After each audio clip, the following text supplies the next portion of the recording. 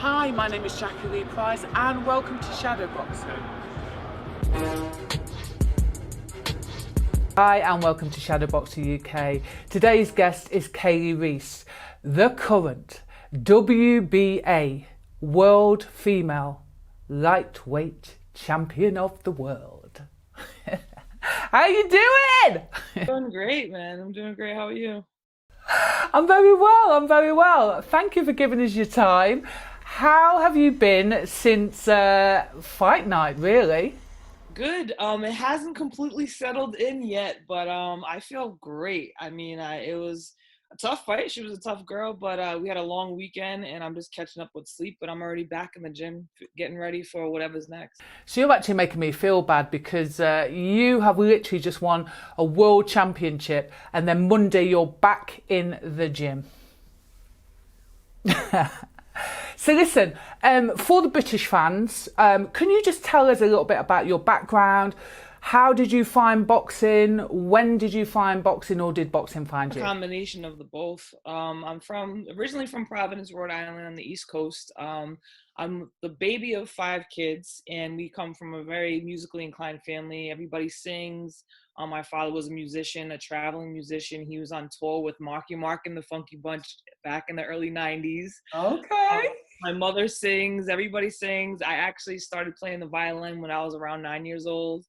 I don't sing. I mean, if I had to carry a tune, I guess I could, but I'm the more artsy. I paint, I draw. Always been really artsy. I'm Native American and also mixed with Cape Verdean, which Cape Verde are a cluster of islands off the west coast of Africa. So I'm mixed race and biracial. Growing up in more like an urban native setting where I was a city kid, not on a reservation or the normal, I guess, if you will, the known Native American or Indian setting. There was not that many Native American kids around, and I was mixed. So I wasn't Native American enough. I wasn't Cape Verdean enough. They didn't know if I was Spanish, Black, Asian, and nobody knew what I was. So being first kind of starting off with that, I was a little confused. My parents got divorced when I was very, very young, when I was 4. My father was in and out. There was a lot of arguing, a lot of violence, here and there in my house as well. And then also from an early age, struggling with my sexuality, the tomboy. I wasn't necessarily a girly girl. My mom was, a ballerina, did hair. I wanted to climb trees and fight the boys. So I was trying to find my footing. So I needed somewhere to put that energy. I started off playing basketball. My 2 older brothers, I worshiped them. They were my heroes. They played basketball. So I wanted to do whatever they did. So I started off playing basketball, playing softball. But the solo aspect of boxing or any kind of combat sport always intrigued me. I didn't really think boxing was around where I was because nobody in my family fought. And Rhode Island, from what I thought, wasn't a huge boxing state, which there were boxing, but I really didn't know much. I thought, I had to go to Philadelphia, New York, like Rocky. I loved Rocky. That was one of my favorite movies growing up. So I really didn't pursue it, but I always kind of used to bug my mom about it. So as I got a little older, between struggling with, my culture, struggling with sexuality, and just kind of getting picked on because I had, the thick welfare glasses, I had the native braid ties, and, I used to get called Pocahontas or a little dyke girl. Like, it was just, I always had to fight for something. At an early age, I went through some things. I started smoking weed when I was 11 because, my sisters, my brothers were older. They were going to college. It was just me and my mom. I started drinking when I was 12, and things just started kind of falling apart. At the age of 12, I was taken advantage of from a neighborhood kid. He was a little older than me, and I don't like using the R word, raped, but I was raped as a kid when I was 12 years old. So between that, struggling with a lot of things, wondering why my father wasn't there, me and my mom started bumping heads. I'm about to get into the teenage girl years. She raised me in the native culture. So we were I was very cultured as far as, ceremonies and powwows and relearning our language and our ways of life. But I was done. That kind of hit me and pushed me over the edge. And I needed somewhere to channel that anger. I was mad. I was confused. I was sad, but I didn't want to tell anybody. I didn't know how to handle it. So I started bugging my mom about boxing. She had a friend of hers that was also a Native American jewelry maker that I got wind that he used to be a fighter. So I was like, Ma, can you tell him to come show me some things? At powwows, I used to bug him at his booth, like, come on, show me some things. But he didn't really take me serious. You know, he was one of those old school, like, girls shouldn't fight. Girls don't really do boxing. You know, girls and boys have their designated positions in life. You know what I mean? So he showed me things here and there, and he actually came to my house a few times, showed me the basics, hung up a bag, and I thought I was like gonna be the next Layla Ali. Little did I know it was a lot more work than that. But my father actually, throughout the years, he came back up to Rhode Island for a period of time. We were talking here and there, and he actually told me that he had a cousin of his that used to box, and he had a daughter around the same age as me, which I knew her, that he trained as well. So he brought me to the gym on a hot summer day. I was like in the middle of August, and he brought me to Peter Manfredo's gym in Pawtucket, Rhode Island. And I walked in, Peter, you know, with this very Rhode Island accent, like, Ev, you don't want to be here. You want to be at, you want to be at the beach, everybody's sweaty, these guys here. And I'm like, no, I want to do this. So I took a couple of classes. Pete took a liking to me. My father's friend took a liking to me. Is actually his cousin. And I started training, and that was the only place that I thought about, the only thing that I was doing, which was boxing. It wasn't, the neighborhood stuff going in, the confusion I had going through whatever I was going through. I could actually just solely think about that, and everything got quiet for me. And I really loved it. I love the solo aspect. Is if I'm having an off day, I can't tag somebody else in and have them fight for me. I have to fight like I've been doing all my life. And I had to depend on myself, which was something I was used to because I didn't have anybody to talk to figure out what was going on in my head, figure out what other things I could do besides drinking. Well, I didn't really have anybody. My mom is Native American, but she's also religious. She's a Christian. So that was very confusing to me. I didn't like the church. I didn't understand it. So I had a place where everything slowed down for me. And I started taking the classes. I got my ass whooped my first fight. She beat me bad. Like I was maybe around 15, and it was like an older lady, and like my nose was leaking, and it was kind of like a turning point in my life where, like, do I just hang it up and say, no, this is not for me, I don't want to get beat up? Or my thought was, how do I not let that happen again? Teach me, what do I have to do? And then from there, I just kind of, I had a lot of ups and downs in boxing, didn't have an extensive amateur career. I don't have an amateur style either. And I fought and clawed my way up to where I'm at now. To be fair, I have noticed that a lot of the amateurs, even in the States, they do tend to box though, like professionals. Would you agree? I see a handful of amateurs that do have that professional boxing style, especially sometimes it depends on where they come from. You got your New York style fighters, you got your Philly fighters, you got your California fighters, which West Coast are very amateur. They get their fast points and get out. And then you got your brawlers like from Philly and from New York that you get more knockouts. So there is a mix. I've kind of run across a mix. Do you think then, with all of your background, the confusion around your sexuality, not quote unquote fitting in, do you think that you've kind of spent your demons doing boxing? Has that kind of helped you in a way, or are you still fighting those demons? Oh, absolutely. I mean, it's helped me in a tremendous way. I mean, boxing started off as a therapy for me, and I reached a point in my career a number of times where I was on autopilot, and I wasn't happy with boxing either. So it's taken me through a roller coaster, but it's always been the one thing that I can count on to get me through something. Boxing, I haven't always loved it. Sometimes it turned into a job. I mean, I'm a self-made 3-time world champion now with a team. I just won my 4th. But a lot of people don't know that up until 2016, where I went pro in 2009, up until 2016, I didn't have a manager, I didn't have a promoter. At times, I barely had a coach, but I did it all myself. So I did have to fight those not fitting in because I'm a female in a male-dominated sport, number one. So we got to fight and prove ourselves 10 times over just to get enough respect. But because I had those experiences kind of fighting that ever since I was born, it was like a comfortable, uncomfortable place. I'm like, all right, I know what I got to do. I got to prove myself to you guys too.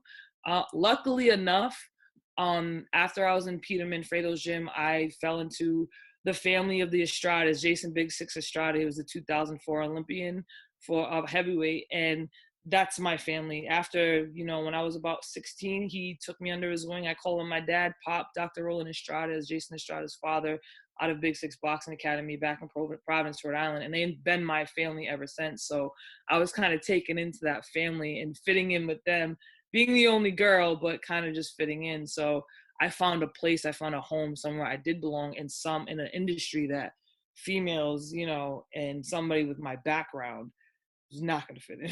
You know what I mean? So it was kind of cool. It's interesting because as time goes on, I used to box, and in the gym, my humour's quite male, and most of my friends are male, so it was a place where you can kind of go, okay, I fit in here, even though my humour's weird, but somebody gets it. Do you know what I mean? And so hearing you talk about being a misfit, I can totally understand where you're coming from in that respect. But do you think though, you feel like a misfit, your words, outside of the ring? I'm guessing then once you face somebody, it's nothing to you in some respects. I've faced, there's always millions of people out there have had it worse than you, but I feel like feeling of incompetence and feeling of vulnerability, feeling of not fitting in, it has no prejudice. You know what I mean? We all have different paths to how we get to that feeling, but we can all relate. Even if we speak a different language, we all feel those same things. So being in that ring, I feel real comfortable. You know what I mean? There's almost like an alter ego, and I'm so proud. And even through my journey of boxing, I found a whole different reason for fighting outside of myself, related to my Native American culture, that is so honoring to me as well too. So when I'm in there, I have a purpose. It's not just left hooks and right hands. It's not just Instagram likes. It's prayers. Nobody can tell you how to pray. You can pray by painting. You can pray by singing. You can pray by drumming instruments. And then my instrument is my art of boxing, and my energy. If that intention behind it, as long as you have that intention, a good intention, and you have that energy to go out, you can do anything. You can pray in a strip club if you want to. That's just sure. You know what I mean? Amen. You have those good intentions. You have those good intentions, man. Nobody can tell you that. So it's very comfortable being in an uncomfortable position. I mean, there's millions of people watching me, so it's scary sometimes. Do you know what? Are there times where you just secretly think, you see all those people that bullied you and took the piss? Fuck you. Quite frankly, fuck you, because look at me now. And on top of that, let's talk about being in Peter Manfredo's gym. Are you talking about senior or junior or both? I'm guessing they were both in the gym at the same time. Well, senior owned the gym, and he's the one I met first, and he was training his son, which me and his son became friends. So he was training Jason Estrada, he was training Peter Manfredo Jr., and he was training my cousin Matthew Godfrey, which is now my corner man. And me and Peter Jr. used to actually pick me up from high school to go to the gym because I couldn't drive yet. And this is when he was on the Contender. So yes. I was like hot shit in high school. I'm like, yeah, that's Peter Jr. Yep, I know that. Yeah, that's my boy. Left late afterwards, so it was really cool. Peter Senior, to this day, he is one of my really good friends. Peter Junior, I haven't seen him in a while, but Peter Senior, he's been with me. I started my career off with Domingo. Tall Dog Monroe was my mom's friend, and then Orlando Valls was my dad's friend that brought me to Peter's Manfredo's gym. Pete trained me for a period of time, and then I went to Jason Estrada. But me and Peter Senior have always kept in touch. After my accident in boxing, when I left and came back, he started training me again. So he's a good guy. I love Pete. He's an amazing trainer, and he has a track record of his own because he used to fight in kickboxing and boxing. But characters. Oh, you want to talk about character? He's a character, man. Funny guy. The Contender was absolutely, never ever missed a session, and I just thought it was amazing, to be honest. Absolutely amazing. And I fell in love with him, not in a kind of weird way, but just in a, I don't know, I just fell in love with that family. Do you know what I mean? Yeah, Peter Jr. is one of the sweetest people I've ever met in my life. You know what I mean? And he has really, really good heart. So doesn't Senior, but the whole family is so typical New England, Rhode Island Italian. You know what I mean? They're funny.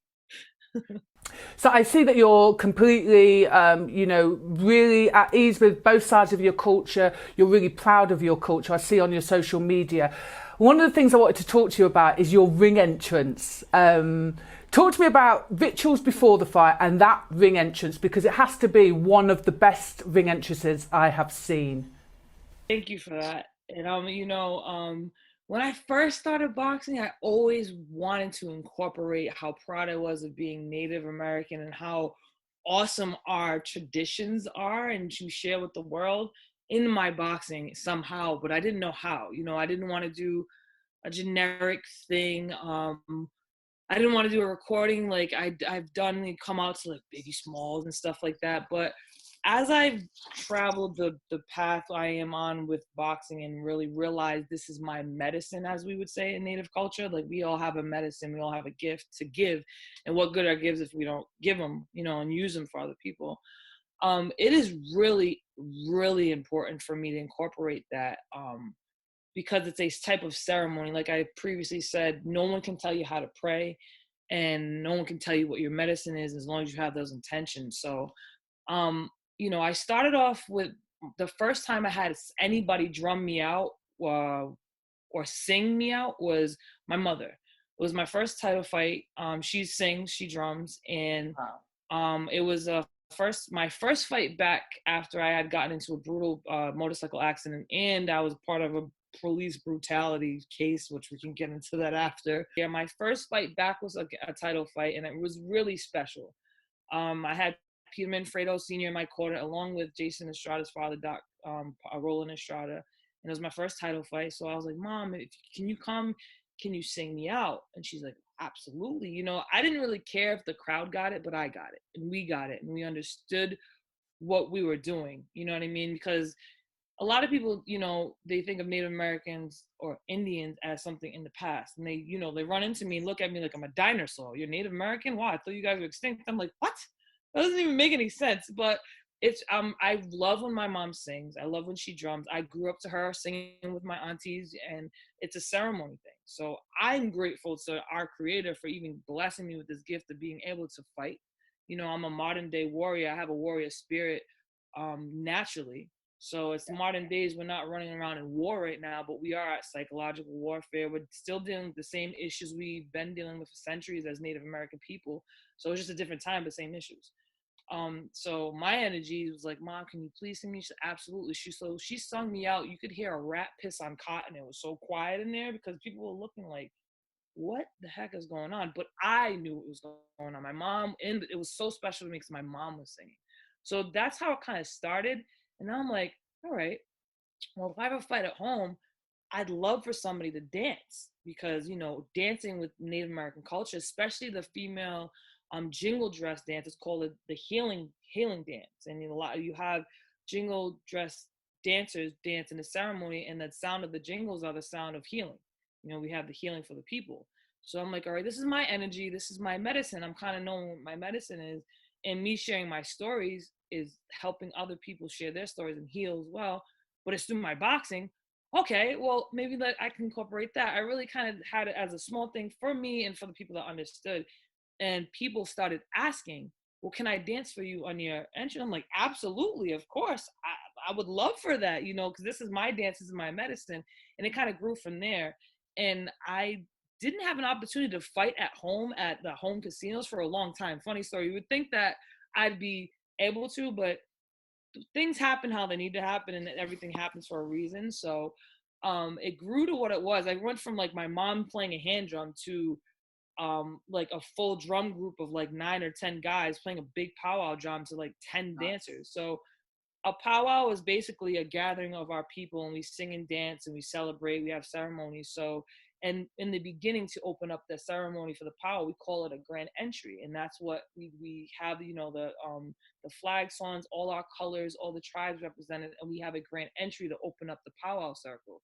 So it's the same thing with me. Now I'm grand entering into the ring and to my circle, and it's not for me; it's for everybody else. It's a ceremony for everybody else. So I have male dancers, female dancers, traditional dancers, jingle dress, kids. I love when kids want to dance for me. That is the best medicine to have is youth energy. And I have people walking the red road who want to dance. That means basically they were, you know, alcoholics or drug addicts, but they're not users anymore, that want to represent that part. We have, it's Veterans Day. We have female veterans, jingle dress dancers that want to dance. And it just turned into something that was way bigger than myself. And I'm glad it did, because people understood what I was doing. And I never ask whoever wants to sing. I never tell them what I want them to sing. I tell them it's an honor for you to want to sing for me and for us. Whatever you guys are feeling, you sing. I don't care what it is. And I let them decide. And it's a big ceremony. And I get like laser focus. And it's like it opens up the space for me to do what I do, and for my energy and for my medicine to get spread. Also, if I'm not home, I make sure that, like when I fought on HBO, those dancers were from California. And I made sure, and try to make sure that whatever territory I'm in, whatever land I'm on, whatever tribes from there, I first thank them for allowing me to do my battle on their ground. And I also invite them to be part of the ceremony that I'm doing, which is my fighting. So if they're from there, whoever you have to represent your tribe in this land, please, if you want to come sing, you want to come dance, please do that. And we can honor each other by doing this. So it's a huge deal. It's not just noise and dance. It's, you know, it's a ceremony, and it's so important for me that when I can have that setting, because I didn't bless me with this gift. I was blessed with the gift. So I have to make sure I stay humble and grateful, kick some ass at the same time. My darling, number one, what an absolutely beautiful thing to share with. It's like you just said, it's bigger than you, so it's such a beautiful thing to share.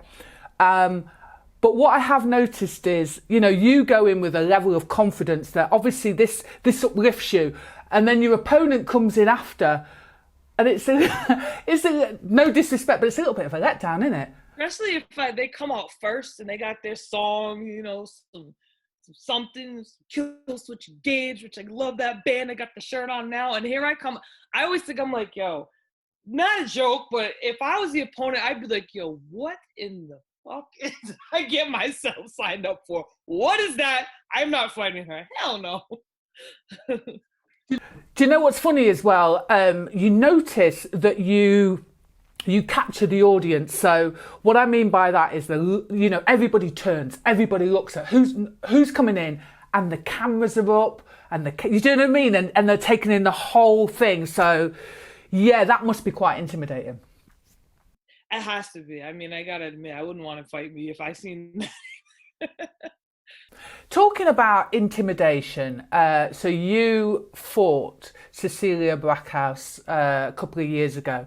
One thing I have to say to you, number one, what a cracking fight, absolutely cracking fight. But you, my friend, you didn't bow or scrape to the name, and we do love her, but there was no intimidation on your part. Was you were up for the challenge? Talk to me about that. Well, it's funny too, because you know, I'm like a generation behind Cecilia. So as far as women's boxing goes, so you know, when I went pro, I study people, how they move, who they're around, what they do, marketing wise, who they're trained by, who they fought, when they fought. I just like studying.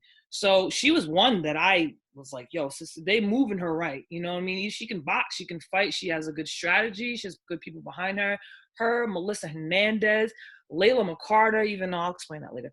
But I had other people that I watched, because I'm like, you know, I don't know this game yet. I know it's an entertainment business. I know entertainment business, but I don't know boxing yet. So she was one of the people that I held up here. I told myself, well, I'm gonna fight her one day. But she was somebody I admired. I looked up. And then when I found out Lucia Riker was her trainer, I'm like, I'm going to lose my mind at the weigh-in. Did you not think, though, I mean, number one, kind of like, oh, I'm fucked? Or did you think, fuck, oh my God, this is amazing. I'm just happy to be in there, because Lucia Riker, fucking hell. I know. Let's just have a moment. I didn't give a shit about Cecilia. I was like, Lucia, oh my God. I know. I had to like play it off like, what's up, Lucia? Yeah.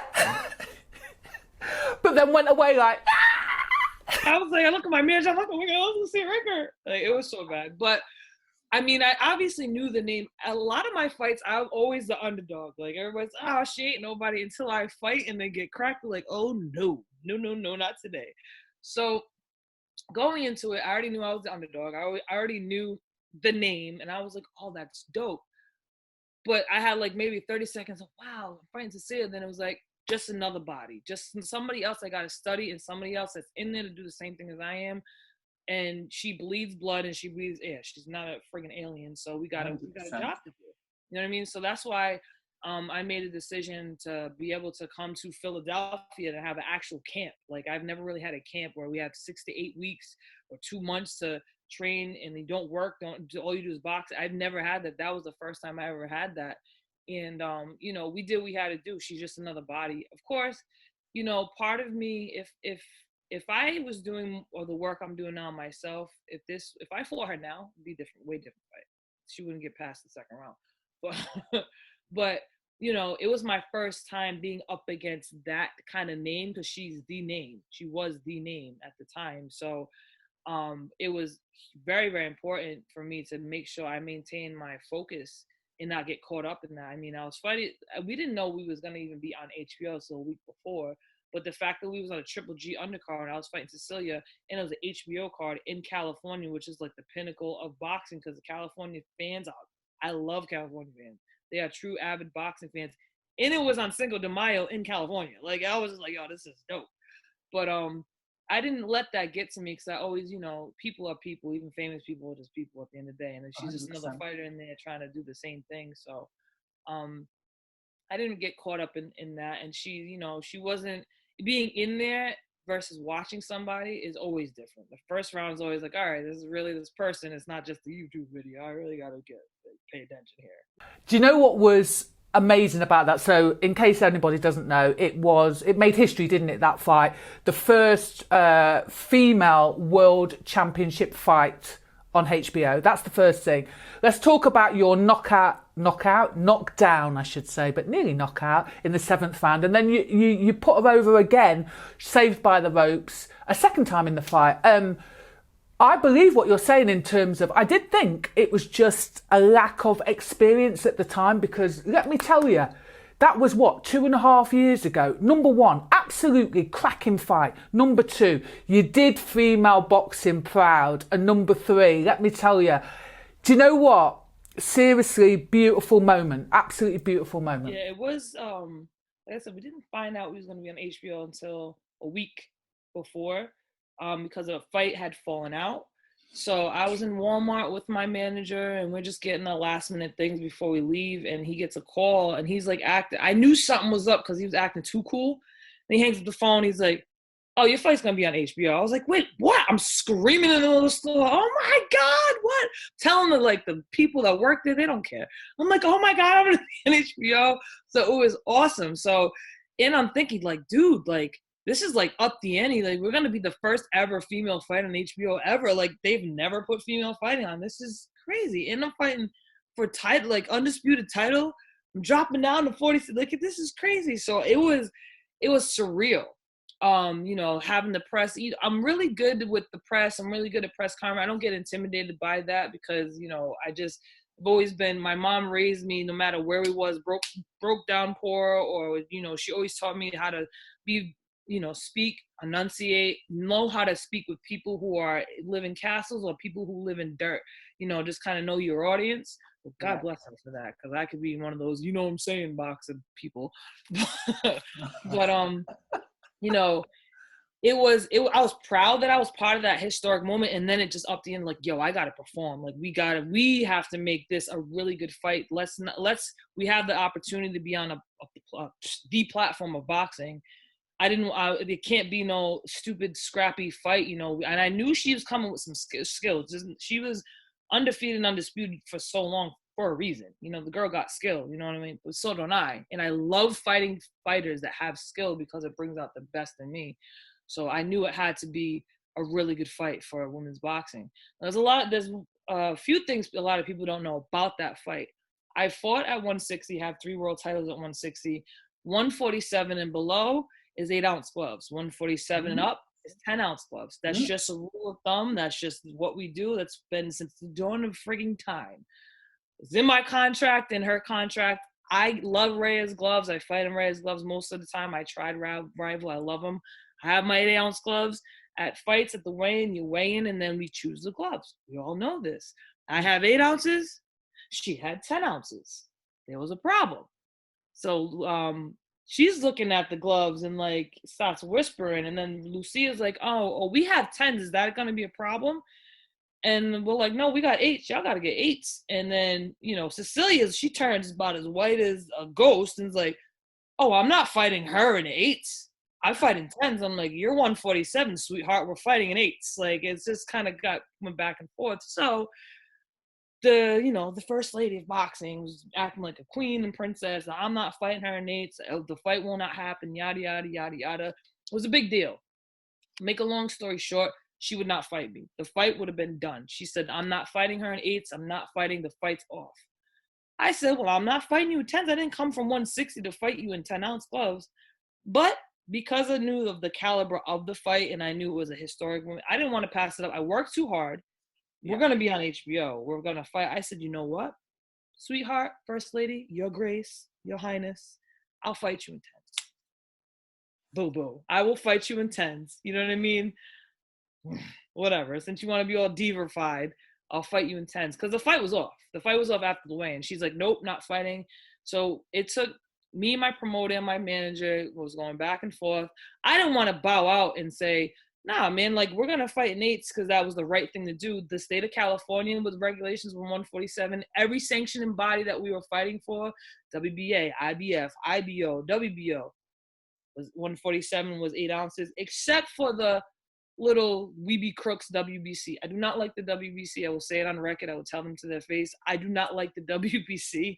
And I have a story for that too. Their rules were 135 and above are 10 ounces. So she was riding with that. I said, F the WBC, I'll fight for every other belt. I want to fight in 8s. But at like 12 o'clock at night, I said, you know what? If it's going to get us to fight, I don't want this to be ruined. I'll fight in 10s. And we fought in 10s. So the day of the fight, we had to reselect gloves. So I didn't get to warm up. The first 3 rounds of that fight, I had to kind of like warm up because of the glove discrepancy, we had to take that extra time that I would have had to warm up to go pick the gloves again. So all I was able to do is change, get dressed, get my hand wraps, and walk out. I didn't even get to warm up. It strikes me that you've done, and I don't mean this as a disrespect, I honestly don't.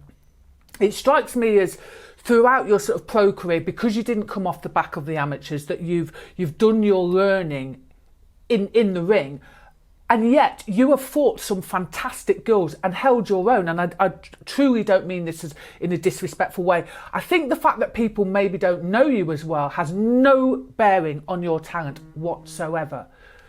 I know. I see a lot of people come up to me and they're like, yo, you might have 7 losses, but you didn't lose 7 times. I'm like, I know. And the people I did lose to, I can honestly say with confidence, ain't nobody beat me. I might have lost, yeah, but I didn't get beat. You know what I mean? I ain't got beat up and beat like a damn K. You might want to, hang it up. I have 7 losses, but again, I learned on the job. And I learned a lot of things from those fights. If I fight all those people I lost to now, forget it. They'll all turn into wins. You know what I mean? So, but I'm thankful for them. I'm thankful for my wins and my losses. It is what it is. Saturday night, we've got a triple header. Matchroom are bringing up this triple header female world championship title fights. What are your thoughts on that? I think it's amazing. People are finally able to see real good boxing, not women's boxing, not men's boxing, just good boxing. And it's becoming more something more regular instead of a special feature. You just have 3 or 4 women's fights on television on these platforms fighting, and they're good fights. They're really talented females, and there's been talented females in women's boxing or boxing in a whole for a long time. These promoters, they can jump on the bandwagon all they want, but it's a good bandwagon because now people are understanding. People are making matches. There's true boxing fans of fighters, both male and female, so, and it's not weird to see 2 or 3 or 4 female fights on an entire card. Hopefully soon we'll get all female cards, because there's that much talent in women's boxing right now. That's just amazing. From like 118 to 168, the matches and the fact that women, because there's less fighters with women than men, and we're able to go from 160 to 140, from 135 to 145, you know what I mean? And there's so much talent intertwined that there's like possibilities are endless. And I love it because all the younger girls that are coming up that are like between those 10, 12, bracket or amateurs knows there's a bright future for them when they finally decide to go pro, and they're going to be on that stage that we're on right now. That to me is like so worth it. You know, the pay grade has to be going up. People always ask me, do you want to do 3-minute rounds? Listen, I love 3-minute rounds. I train it, I spar it, all that. But would you go to work for 8 extra hours and not get paid for it? So let's talk about the wage situation. So I think I had a commentator, he's a commentator journalist on this show probably about a month ago, called Steve Bunce, very famous in the UK. And he was saying not that he doesn't agree with 3-minute rounds. It's all very well saying that, you know, we want to fight 3-minute rounds. And actually, I don't think a lot of women do, if I'm honest. But it's actually, you know, now you're fighting what? So say you're fighting 10 twos is 20 minutes. Then, you know, you're going up to 30 minutes. That's quite a big jump. And that, do you know what I mean? And then if you want to go up to 12 rounds, that's 36 minutes, if my math is right. It's quite a massive jump, even though people would like to see it because they think there'll be more knockouts. Like you've just said, do you think that people are going to get paid anymore, or do you think they're going to get paid exactly the same but to take more damage? I think they're just going to get paid. We're going to get paid the same. So am I an advocate for 3-minute rounds? Yes and no. I'm an advocate if you pay us for the job, for the extra time that we're putting in. But I'm not an advocate if you don't. Like, do I believe that we can do it? Absolutely, because we do it in training. So it's not anything different. And for instance, had the undisputed championship that I fought for, had it been even 2 extra rounds, say we do 12 twos for undisputed, I'll agree with that. She wouldn't have made it. Or if we would have did 10 threes, she wouldn't have made it out of the 7th round. You know what I mean? There's that extra minute that fighters like myself, you know, I progress as the fight goes on, and I get stronger as the fight goes on. I'm just that kind of fighter. Yeah, you'd definitely see a lot more knockouts, but the fans have to demand it and the fans have to see it. Now, there's been 3-minute rounds fought, but nobody's seen it yet. You know, they've been in, you know, some backwoods somewhere that the fighters fought. So the fans don't know what that would look like. They need to see what it looks like. Now, if they see 3-minute rounds and they see the, you know, the more of a brawl of the you know, the 10th, 11th round, because they see more knockouts, of course they're going to demand it. Now, if the fans demand it and they see it, we demand more pay for that. You know what I mean?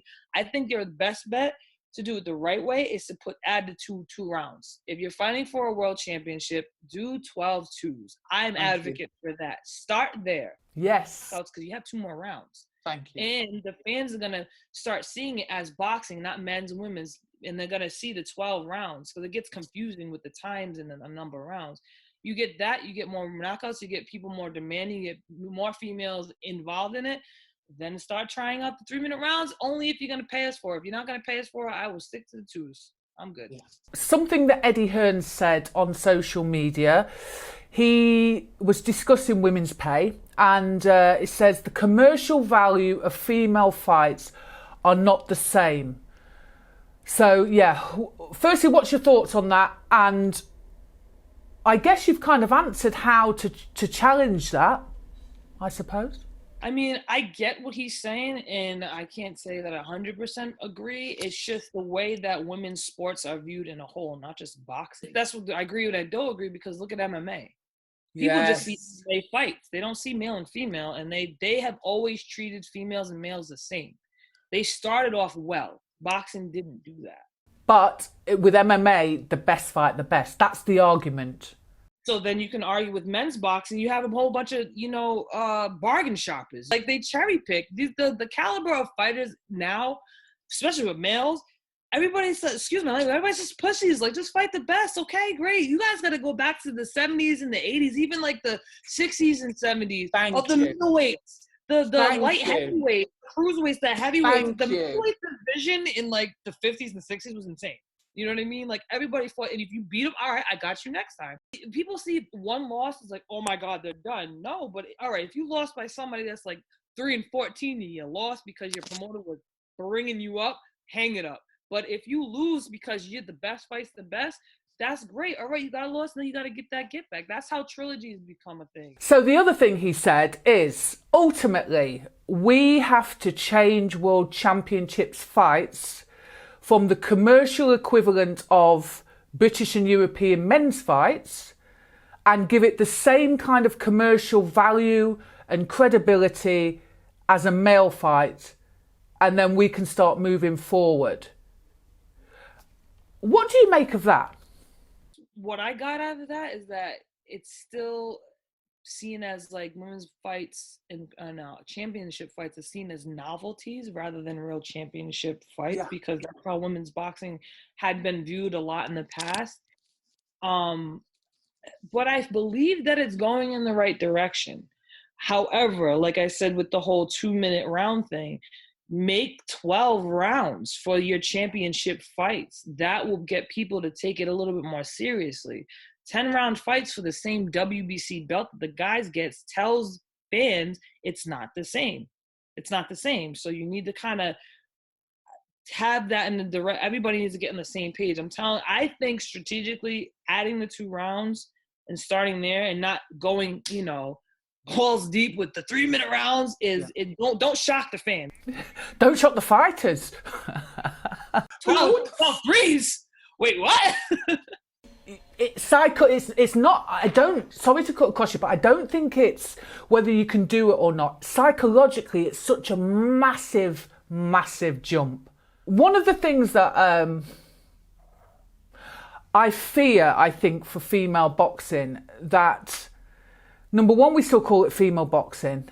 It's still been treated slightly as a novelty. And then not everybody is getting a fair crack of the whip. So if you're bigger on social media or you show a bit more of your body, if you act in a certain way, therefore you're going to get the chances. And then I'm seeing that other girls aren't getting the chances. Do you know what I'm saying? That's a worry. It is. And unfortunately, like I said, with the whole female sports and industry, unfortunately sex sells. So you could have humongous tits and can't fight your way out of a paper bag with scissors in your hands, you know what I mean? And it kind of sucks. We need to stop doing that. Then you have people that stick to their guns and they stick to who they truly are. So it's a mix of it, and I think we're starting to stray from that a little bit gradually. But I honestly think by putting up more competitive female fights, whether they're 4-rounders or 10-round championship fights, will kind of get fans and fighters out of the mentality that as a female, I have to show more, I have to do more. Thank you. Honestly, I think backstories and being true to yourself is what's going to sell. If you're a cocky shit talker, be that. If you are a big titty bimbo, do that. But don't think that that's the standard that you have to stay in. Stay in your lane, but stay in your true lane. You know what I mean? So I think by promoters putting on, when they do posters, having them in their fight poses, not their bikinis, is great. You know what I mean? Having them doing interviews, getting to know these people, having them take over the promoters' social media, having Q&As with them, really heighten it up. I mean, European female boxing, as far as that, and the places that I experienced, because I've fought all over the world, they treat their female fighters as fighters, or the celebrity status, male and female, is here. I've noticed that, especially in Germany, like it's like right here. Yes. So they need to, I think America needs to kind of adopt that a little bit more and take some pages out of the MMA, like the Bellator fighters books as well. I think that nowadays you cannot fool the public. They want to see, especially with females, and I think that's the moment when people are going to stop comparing, females to males. Once somebody is a great fighter, that's the leveler. That's what I think. Yeah, absolutely. It's just, people pay attention because they have a great fighter. Now they pay attention because they have a pretty face, and then if they have a pretty face and a good personality and they can crack, then that's even better. Just like, I wasn't a huge fan of AJ. I like Anthony Joshua. I always thought he was wet behind the ears, but he's a handsome guy. He's he's like a freaking statue. And that's not even my cup of tea, but he's a good looking person. Great. But he impressed me with his rematch because he stuck to a game plan, and the game plan was amazing. And I was like, he earned my respect because he learned. I wanted to see how he's going to come back. So he's like a full package. I love the guy, and he can speak well. He's a full package. So things like that is where, I was like, all right, yeah, he looks great. He got the little fireworks, but can he come back from this? And I was one of those fans. But now I'm like, all right, so now I'll watch him. Didn't watch him because he was good looking anyway. I watched him because I like his game plan, and he's a real fighter. And he went back to the drawing board, and he sticks to what he really does the part. It's not all talk. You know what I mean? You're talking about AJ, I absolutely agree. The one thing that people don't really realise is how difficult it is to unlearn something and then learn something new. I had to question myself then. Do you know what I mean? And then put it into action in the ring. So I think that was absolutely brilliant. But you were talking about you were talking about some criminality earlier on. I want to hear about that. So, back in 2012, I had just graduated from motorcycle school to become a motorcycle mechanic, and it was the summer of 2012. I hadn't gotten any world title fights or any shots at it yet, and I had gotten a call. My coach, I call my dad, Bill Stride, I had gotten a call of a possible title fight. I was excited about it. We didn't have the details yet, but I knew it maybe had been on the horizon. It was my birthday, the evening of my birthday. I was out with a couple of people on my motorcycle, and I was on my way home, and I got hit by a car on my motorcycle. I blew out my knee. I couldn't walk for a month. I did have my helmet on. I had a road rash, and they were kind of telling me, I don't know if you're really going to box anymore because my knee was really bad. Needed surgery, didn't get surgery. At the time, I was also doing security at a nightclub. I was doing that for a long time, so I wasn't doing that for a while. About 3 months after that, I went to work. I had a knee brace for the first night, and I was on light duty. It was like the delegator, like exit bathroom. I was kind of sitting like in a chair. So it was really late in the night. There was an altercation that happened with some patrons and our security team, and everybody dispersed. They got pretty much everybody out. But a friend of mine, which is my best friend, she was actually security as well. She had been in the altercation. She got knocked out. So I waited till everything was clear, and I hobbled over there to make sure she was okay. And then I heard in the background, I was sitting and kneeling with another security officer, give her some fucking air. And I kind of looked at the security guard, and we were trying to help her. She was injured.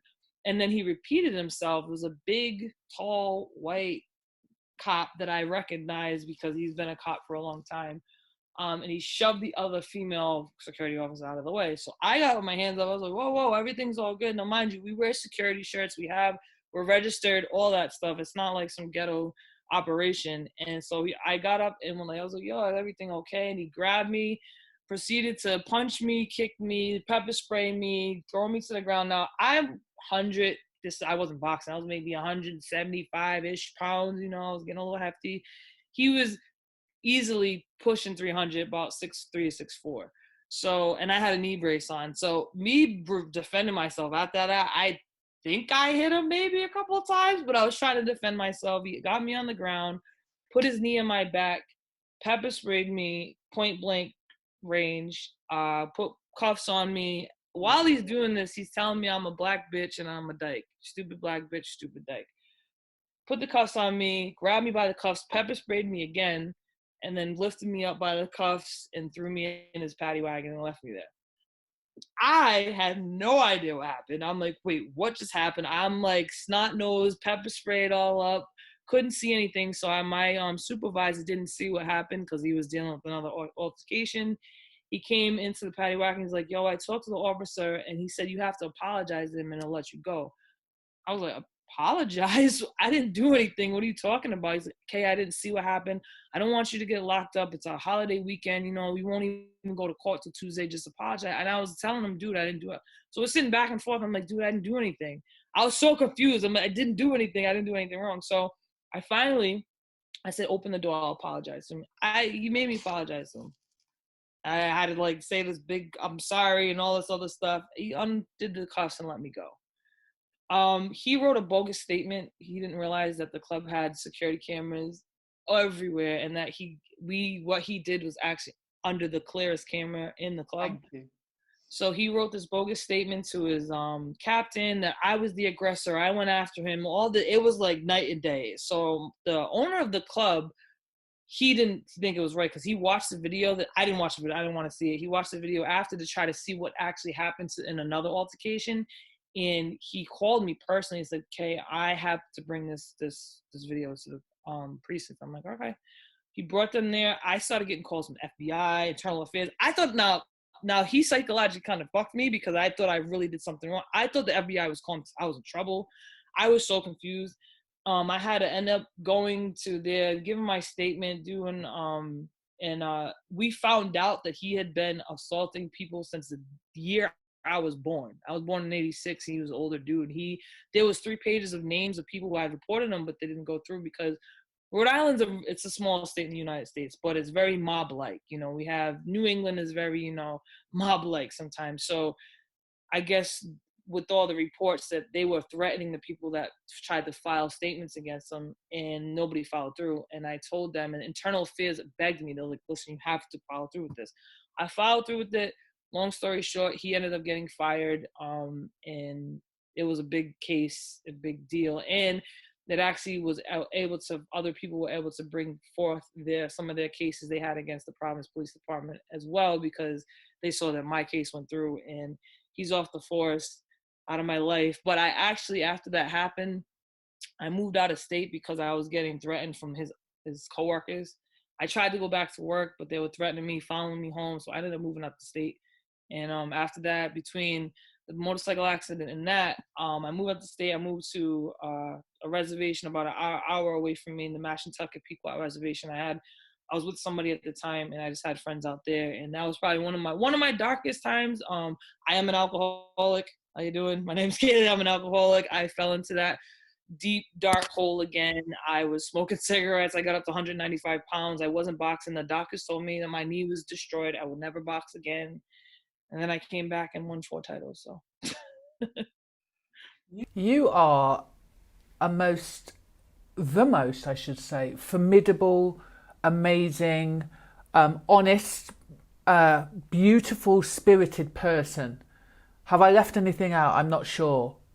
That cute dimples.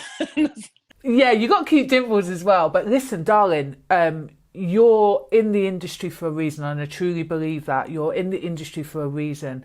And not only just sharing your story, I'm really appreciative of you coming on here and sharing your story, but I think there's a lot more for you to come. I really do. I really appreciate that. Thank you. If you like this video, please go ahead and give it a thumbs up. If you're not a subscriber of Shadowboxruk UK, we'd love to see you, so please go ahead and subscribe now.